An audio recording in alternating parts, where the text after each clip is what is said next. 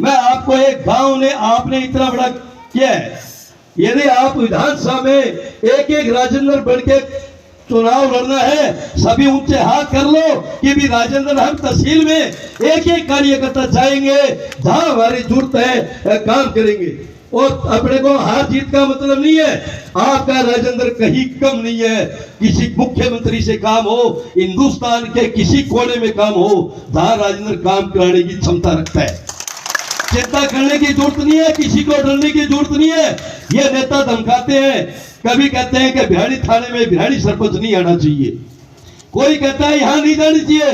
राजेंद्र कभी ये कहता है कोई रोकने वाली ताकत है तो रोक लीजिए। मैं कोई 2 नंबर का धंधा नहीं करता, मैं अमल नहीं बेचता, मैं कोई जुआ नहीं खेलता। तो गरीब है उसकी मदद करूंगा, ठोक के करूंगा।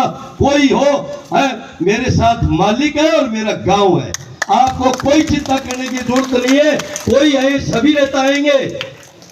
कई कहते हैं कि कुम्हार है, अरे कुम्हार क्या, कुम्हार का क्या दूसरी जाति के खून नहीं चढ़ता है क्या? खून नहीं चढ़ता है क्या? कोई मरता है किसी जाति का, वो मैं खून देता हूं तो वो बचता है, तो वो फिर क्या होता है? क्या कौन सी जाति होती है? कुम्हार जाति से कोई मतलब नहीं है। 36 बिरादरी से अपने चुनाव लड़ रहे हैं, एक एक कार्यकर्ता। आप कहो तो मैं एक है, हर गांव के अंदर अपने चलेंगे, काफिले गांव से चलेंगे। और सबसे एक मैं आपको बताता हूं, तहसील में आज तक किसी नेता ने जो रकबा राज जमीन पड़ी है चौसाला, अपने चौसाला कहते हैं, मैं 2005 में सरपंच, पहले 2000 से 2005 में आपने बनाया, मैंने ये कागज कलेक्टर, मुख्यमंत्री सबको दिया कि भादरा तहसील के 17 गांवों के अंदर रातों रात जमीन जो चौसाला कहते हैं, और जो 1955 से पहले लोग काश्तकार करते हैं, आज तक उनके पास कब्जे हैं, जमीन है और काश्त करते हैं। 1965 के अंदर सरकार ने एक आदेश किया था कि ये खातेदारी किसान को मिलनी चाहिए।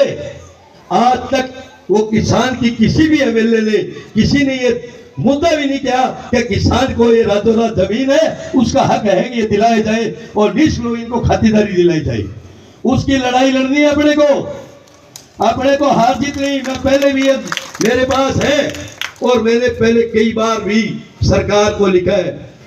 डी रविकांत अपने कलेक्टर साहब होते थे, नगर पालिका में मीटिंग थी, मैं इस मुद्दे पे बोला।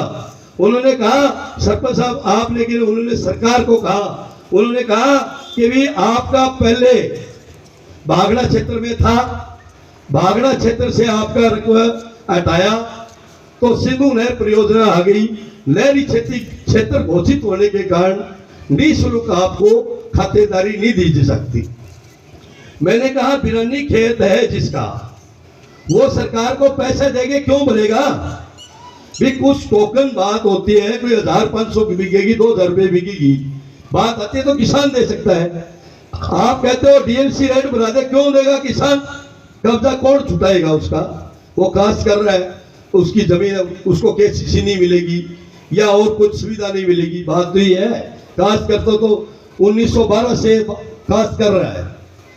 तो मैंने कहा जब भी हम विधानसभा का चुनाव लड़ने की गांव में लगातार सरपंच बना रहे हैं, हम विधानसभा का चुनाव तक भी लड़ेंगे और हमारे चक्कर में लिखिए विधानसभा में चुन के जाएंगे तो पहले ही यही कोशिश करेंगे जो काश्तकारों की जो रातों रात जमीन है उसको मुख्यमंत्री से मिलके और पहले खातेदारी दिलाएंगे किसानों को, क्योंकि एक एक किसान के पास उसका हक की खातेदारी नहीं है। और एक गैर खातेदारी है, जो गैर खातेदारी दर्ज हो चुकी है, उसको आज तक उसको केसीसी नहीं मिलती और कोई चीज नहीं मिलती।